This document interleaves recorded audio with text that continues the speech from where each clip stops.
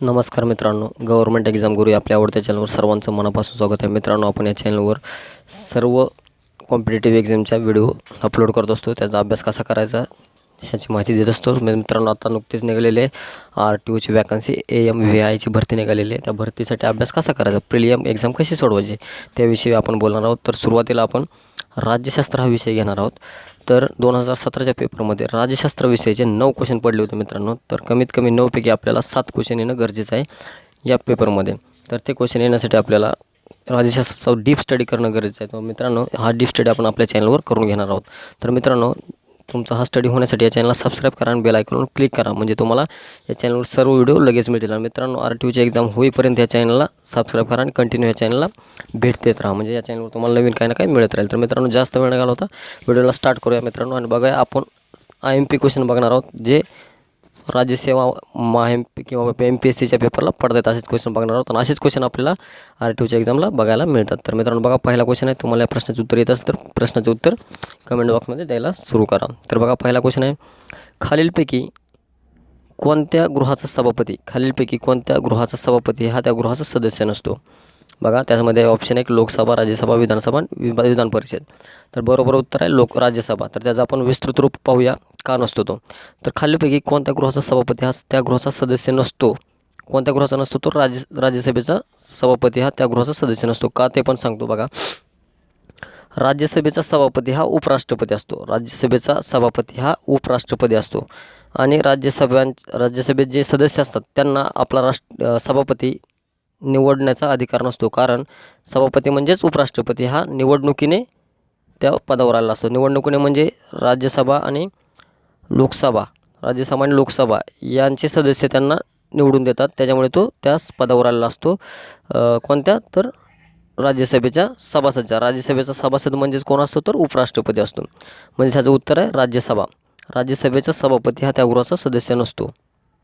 पुढचा क्वेश्चन बघा, option number 2 बरोबर आहे, राज्यसभा. पुढचा प्रश्न, राज्यसभेच्या सभापतीच्या अनुपस्थित उपसभापती हा सभापतीचे काम पाहतो, म्हणजेच अशा वेळी उपसभापती हा उपराष्ट्रपती होतो. हे विधान आहे. तर विधान कसं आहे, पूर्णतः खरे आहे, अंशतः खरे आहे, सगळ्यांदा खरे आहे का पूर्ण चुकीचे आहे. तर बघा, याचं उत्तर कसं आहे ते पूर्णपणे सांगतो मला.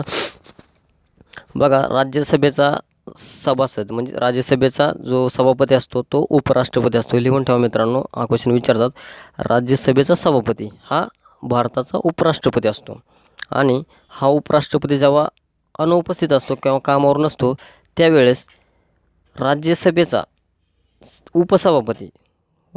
सभापती हा कोण असतो, राष्ट्रपती असतो. आणि त्याचा उपसभापती आपण उपराष्ट्रपतीच्या जागेवर सभापतीचं काम करतो, पण त्यावेळेस तो उपराष्ट्रीचं काम करत असताना उपराष्ट्रपती म्हणून काम करत नाही, म्हणजेच तो अशावेळी उपसभापती हा उपराष्ट्रपती होतो. हे विधान चुकीचं आहे. का तर बघा, राज्यसभेचा सभापती म्हणजेच उपराष्ट्रपती ज्यावेळेस अनुपस्थित असतो त्यावेळेस राज्यसभेचा सभापतीचं काम करतो, पण त्यावेळेस तो सभापती उपराष्ट्रपती म्हणून कधीच काम करत नाही. त्यामुळे हे विधान पूर्णतः चुकीचे आहे. पुढचा क्वेश्चन बघा, घटना दुरुस्ती विधेयकाच्या बाबतीत पुढीलपैकी कोणते विधान योग्य आहे. मित्रांनो, RTOला असेच क्वेश्चन पडतात, एकदम डीप पण नसतात, पण ते आपल्याला अभ्यास केल्याशिवाय सुटू शकत नाहीत असे क्वेश्चन असतात. तर मित्रांनो, बघूया ह्या क्वेश्चनचं उत्तर काय. घटना दुरुस्ती विधेयकाच्या बाबतीत पुढीलपैकी कोणते विधान योग्य आहे असं विचारलं आहे. तर विधान बघा, पहिलं विधान आहे, घटना दुरुस्ती विधेयक प्रथम लोकसभेतच चर्चेत यावे लागते. दुसरं विधान आहे, घटना दुरुस्ती विधेयक प्रथम राज्यसभेतच चर्चेत यावे लागते. बघा, पहिलं विधान आहे, घटना दुरुस्ती विधेयक प्रथम लोकसभेतच चर्चेत यावे लागते. दुसरं विधान आहे, घटना दुरुस्ती विधेयक प्रथम राज्यसभेतच चर्चेत यावे लागते. आणि तिसरं विधान आहे, घटना दुरुस्ती विधेयक प्रथम लोकसभा अथवा राज्यसभा यापैकी कोणत्याही सभागृहात चर्चेस येऊ शकते. आणि घटना दुरुस्ती विधेयकाबाबतीत कोणतेही सभागृहात अशी चर्चा करण्याची गरज नसते. तर बघा, हे विधान तुम्ही कसं शोधणार, बरोबर आहे का नाही.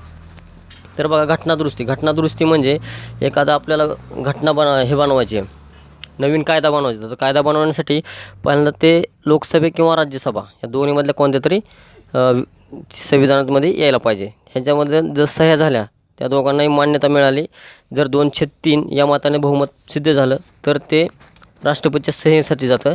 तर त्यामुळे विधान 3 बरोबर आहे. घटना दुरुस्ती विधेयक प्रथम लोकसभा अथवा राज्यसभा यापैकी कोणत्याही सभागृहात चर्चेत येऊ शकतं, म्हणून विधान 3 बरोबर आहे. पुढचा क्वेश्चन बघा, ऑप्शन नंबर क्वेश्चन 4, अर्थविषयक विधेयकाच्या धनविधेयक बाबतीत खालील विधानांचा अभ्यास करून त्या खालील योग्य पर्याय निवडा. मित्रांनो, MPSC क्वेश्चन जरा वेगळे असतात.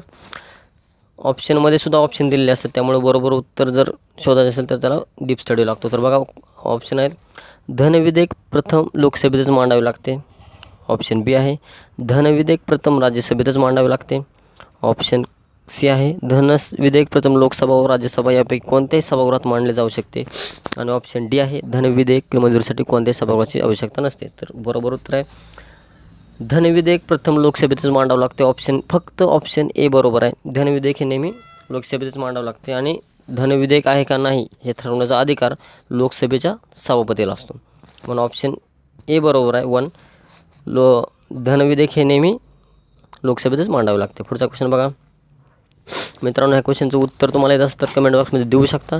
तसेच ही जी व्हिडिओ तुम्हाला कशी वाटली ते जरूर मला सांगा आणि चॅनलला सबस्क्राईब करा, म्हणजे आपण आपल्या पुढच्या व्हिडिओ अपलोड करू जाऊ वेळेवर. पुढचा क्वेश्चन बघा, खालील विधानांची शक्यता पडताळून योग्य पर्याय निवडा. विधान आहेत बघा. विधान अ आहे, पंतप्रधानांचा कार्यकाल 5 वर्षाचा असतो. आणि ऑप्शन बी आहे, विधान बी आहे, घटनेने पंतप्रधानांचा निश्चित कार्यकाल स्पष्ट केलेला नाही, मात्र लोकसभेचा विश्वास असेपर्यंत पंतप्रधान व त्यांचे मंत्रिमंडळ सत्तेवर राहू शकते. तर ह्याचं कोणतं विधान बरोबर आणि कोणतं चुकीचं आहे बघा. तुम्ही जर पंतप्रधानांचा अभ्यास करत असाल तर आपण काय करू, आता प्रत्येक एक व्हिडिओ लोकसभा म्हणजे पंतप्रधानांसाठी एक व्हिडिओ, त्याच्यामध्ये त्यांचे सगळे वय अधिकार वगैरे राहतील. त्यानंतर उपराष्ट्रपती, राष्ट्रपती अशासाठी प्रत्येक अधिकाऱ्यावर एक व्हिडिओ बनवू. तर त्यासाठी मला कमेंट बॉक्समध्ये सांगा, तुम्ही आपण तसं करायला सुरुवात करू. तर बघा, हे विधान पहिलं बघा, पंतप्रधानांचा कार्यकाल 5 वर्षाचा असतो. तर तुम्हालाच मी विचारतो, पंतप्रधानाचा कार्यकाल किती वर्षाचा असतो? कारण आपण तर दर 5 वर्षांनी नवीन पंतप्रधान बघतो, म्हणजे पंतप्रधानांचा कार्यकाल 5 वर्षाचा असतो असं आहे का? तर मित्रांनो, तसं नाही. घटना दुरुस्तीमध्ये घटनेमध्ये आपण जरी बघत असेल पंतप्रधानांची निवडणूक 5 वर्षांनी होते, पण घटनेने तसं लिखित ठेवलेलं नाही आहे. पंतप्रधानांचा कार्यकाल लिखितच नाही आहे. तो घटनेने पंतप्रधानांचा निश्चित कार्यकाल स्पष्ट केलेला नाही, मात्र लोकसभेचा विश्वास असेपर्यंत पंतप्रधान व त्यांचे मंत्रिमंडळ सत्तेवर राहू शकतात. म्हणजे विधान 2 नंबर बरोबर आहे आणि विधान 1 नंबर चुकीचं आहे. कारण पंतप्रधानांचा कार्यकाल 5 वर्षाचा असतो असं लिहिलं आहे, पण ते घटनेमध्ये तसं नाही आहे. म्हणून ह्याच्यामध्ये ऑप्शन नंबर ए बरोबर, ऑप्शन नंबर ए चूक आहे आणि ऑप्शन नंबर बी बरोबर आहे. पुढचा क्वेश्चन बघा, कलम 312 नुसार राष्ट्रहिताच्या दृष्टीने किंवा अधिक अखिल भारतीय सेवेची निर्मिती करण्याचा अधिकार खालीलपैकी कोणास असतो? बघा, कलम 312 नुसार राष्ट्रहिताच्या दृष्टीने किंवा अधिक अखिल भारतीय सेवाची निवृत्ती करण्याचा अधिकार हा राज्यसभेला असतो. पुढचा क्वेश्चन बघा, स्थान लक्षात घेता खालीलपैकी कोणास राष्ट्रपती व मंत्रिमंडळ यामधील दुवा समजले जाते? बघा, आता स्थान लक्षात घेता राष्ट्रपती आणि मंत्रिमंडळ यामधला दुवा कोण असतो? तर उपराष्ट्रपती, सभापती, पंतप्रधान आणि परराष्ट्रमंत्री. तर मला याचं उत्तर माहीत असेल तर कमेंट बॉक्समध्ये जरूर द्या मित्रांनो, पण माहीत नसेल तर ही व्हिडिओ पूर्ण बघा आणि समजून घ्या काय आहे ते. तर बघा, मंत्रिमंडळ, राष्ट्रपती हा पंतप्रधानांची निवड करत असतो, बरोबर. लोकसभेमध्ये किंवा राज्यसभेमध्ये बहुमत मूल्यमताने निवडून आलेल्या सर्वात जास्त मतं किंवा सीट ज्यांचे निवडून येतात अशा गटाला किंवा पक्षाचा तो त्यांच्यामधील एक पंतप्रधानांची निवड करतो आणि पंतप्रधानांच्या सल्ल्यानुसार मंत्रिमंडळाची निवड करतो. म्हणजे राष्ट्रपती या दोघांची निवड करत असतो. म्हणून राष्ट्रपती आणि मंत्रिमंडळ याच्यामधला जो दुवा असतो तो पंतप्रधान असतो. म्हणजे पंतप्रधानांचे, राष्ट्रपतीचे जे निर्णय ते मंत्रिमंडळात पोहोचवणे आणि मंत्रिमंडळाचे निर्णय ते राष्ट्रपतीपर्यंत पोहोचवणे हे त्याचं काम असतं. म्हणून त्याला राष्ट्रपती व मंत्रिमंडळ यामधील दुवा समजलं जातं. पुढचा क्वेश्चन बघा, 8वा क्वेश्चन आहे, राज्यपालाचे वर्णन खालीलपैकी कोणत्या अचूक पर्यायाने स्पष्ट होते? म्हणजे राज्यपाल नेमका काय काम करतो, कोणाचा अधिकारी असतो, केंद्र शासनाचं काम करतो का लोकांचं काम करतो, कशा हिशोबाने तो आलेला असतो? तर बघा, राज्यपालाचे वर्णन खालीलपैकी कोणत्या अचूक पर्यायाने केले? हे प्रश्न सोडवायच्या अगोदर तुम्हाला सांगतो, राज्यपालाची निवडणूक किंवा राज्यपालाची निवड हा राष्ट्रपती करत असतो. राज्यपालाची निवडणूक हा राष्ट्रपती करत असतो. आणि अजून एक विधान लक्षात घ्या, प्रत्येक घटक राज्यासाठी एक राज्यपाल निवडतो. तो काही वेळा एकापेक्षा इतर, म्हणजे एका राज्यासाठी एक राज्यपाल असतो, पण बऱ्याच वेळा 3 किंवा 4 राज्यासाठी सुद्धा एक राज्यपाल असू शकतो. तर बघा, आणि अजून एक विधान लक्षात ठेवा, राज्यपालाचा कार्यकाल हा किती असतो हे फिक्स नाही. जोपर्यंत राष्ट्रपतीची मर्जी आहे तोपर्यंत राज्यपालाचा कार्यकाल असतो, तोपर्यंत तो तिथून निघू शकत नाही. तर बघा, राज्यपालाचे वर्णन खालीलपैकी कोणत्या अचूक पर्यायाने स्पष्ट केलेलं आहे? तर बघा, ऑप्शन एक आहे राज्याचा प्रतिनिधी, केंद्राचा प्रतिनिधी, जनतेचा प्रतिनिधी आणि राष्ट्रपतीचा प्रतिनिधी. म्हणून बरोबर उत्तर आहे राष्ट्रपतीचा प्रतिनिधी. राज्यपालाची निवड राष्ट्रपती करत असतो आणि राज्यपालाच्या तर्फे, राष्ट्रपतीच्या तर्फे तो राज्यावर नियंत्रण राज्यपालाच्या तर्फे ठेवत असतो. म्हणजे राष्ट्रपतीचा माणूस या नात्याने किंवा राष्ट्रपतीचा प्रतिनिधी या नात्याने राज्यपाल राज्यांवर देखरेख ठेवत असतो. म्हणून ऑप्शन नंबर 4 बरोबर आहे. पुढचा क्वेश्चन बघा, उच्च न्यायालयाच्या न्यायाधीशांना आपल्या पदाचा राजीनामा द्यायचा असल्यास तो कोणाकडे सादर करावा लागतो? बघा, उच्च न्यायालयाच्या न्यायाधीशांना आपल्या पदाचा राजीनामा द्यायचा असल्यास तो कोणाकडे सादर करावा लागतो? तर ऑप्शन एक आहे उच्च न्यायालयाचे सरन्यायाधीश, राज्यपाल, राष्ट्रपती आणि सर्वोच्च न्यायालयाचे न्यायाधीश. तर एक त्याच्या अगोदर आपण थोडंसं बघूया, उच्च न्यायालयाच्या न्यायाधीशांना निवडून कोण देतो? तर बघा, सर्वोच्च न्यायालयाचे न्यायाधीश आणि उच्च न्यायालयाच्या न्यायाधीशांची निवड हा राष्ट्रपती करत असतो. उच्च न्यायालयाच्या आणि सर्वोच्च न्यायालयाच्या न्यायाधीशांची निवड हा राष्ट्रपती करत असतो. आणि उच्च न्यायालयाच्या न्यायाधीशांची निवडणूक करताना राष्ट्रपती सर्वोच्च न्यायालयाच्या सरन्यायाधीशाची चर्चा करत असतो किंवा त्याची परवानगी घेत असतो. तर बघा, ज्याने निवडलेला आहे त्याच्याकडेच आपल्याला त्याचा अर्ज सादर करावा लागतो राजीनाम्याचा. बघा, राष्ट्रपतींनी निवड केलेली आहे कशाची? तर उच्च न्यायालयाच्या न्यायाधीशाने. म्हणजे त्याला जर राजीनामा द्यायचा असेल तर तो कोणाकडे देणार? तर राष्ट्रपतीकडे देणार. ऑप्शन नंबर 3 बरोबर आहे. उच्च न्यायालयाच्या न्यायाधीशांना आपल्या पदाचा राजीनामा द्यायचा असल्यास तो राष्ट्रपतीकडे द्यावा लागतो. 10वा क्वेश्चन आहे, उच्च न्यायालयातील न्यायाधीशांची नेमणूक कोण करते? उच्च न्यायालयातील न्यायाधीशांची नेमणूक कोण करते? मी वरवर सांगितलं, नव्या प्रश्नाचं सांगितलं, सर्वोच्च आणि उच्च न्यायालयाच्या न्यायाधीशांची नेमणूक हा राष्ट्रपती करत असतो, एवढं लक्षात ठेवा. ह्या दोन न्यायालयांच्या न्यायाधीशाची निवडणूक राष्ट्रपती करतो. म्हणून ऑप्शन नंबर 4 बरोबर आहे. उच्च न्यायालयाच्या न्यायाधीशाची नेमणूक राष्ट्रपती करतात. मित्रांनो, हे पाठच करून ठेवा. 11वा क्वेश्चन बघा. मित्रांनो, आपण 15 क्वेश्चन बघणार आहोत या व्हिडिओमध्ये, तर व्हिडिओ पूर्ण बघा. पुढचा क्वेश्चन बघा, उच्च न्यायालयातील न्यायाधीशांना शपथ देण्याचे कार्य कोण करतो? बघा, उच्च न्यायालयातील न्यायाधीशांना शपथ देण्याचे कार्य कोण करतो? तर उच्च न्यायालय म्हणजेच राज्यातील न्यायालय असतं आणि सर्वोच्च न्यायालय म्हणजे देशातील न्यायालय असतं. म्हणजे ज्यांचा राज्याशी संबंध येतो त्याचे सर्व काम राज्यपाल करत असतो. म्हणजे उच्च न्यायालय हे राज्यामध्ये असतं, तर त्या न्यायाधीशांना शपथ देण्याचं काम राज्यपाल करत असतो आणि सरन्यायाधीशाला शपथ देण्याचं काम राष्ट्रपती करत असतो. पुढचा क्वेश्चन बघा, 12वा, मुंबई उच्च न्यायालयाच्या अधिकार क्षेत्रात खालीलपैकी कोणत्या प्रदेशाचा समावेश होत नाही? तर बघा, होत नाही हे बरोबर असण्यापेक्षा कोणत्या राज्याचा समावेश होतो हे आपल्याला माहिती पाहिजे. तर बघा, मुंबई उच्च न्यायालयाच्या अधिकार क्षेत्रात गोवा, दादरा नगर हवेली, दीव दमण, औरंगाबाद यांचा समावेश होतो. आणि ह्याचे खंडपीठे औरंगाबाद, नागपूर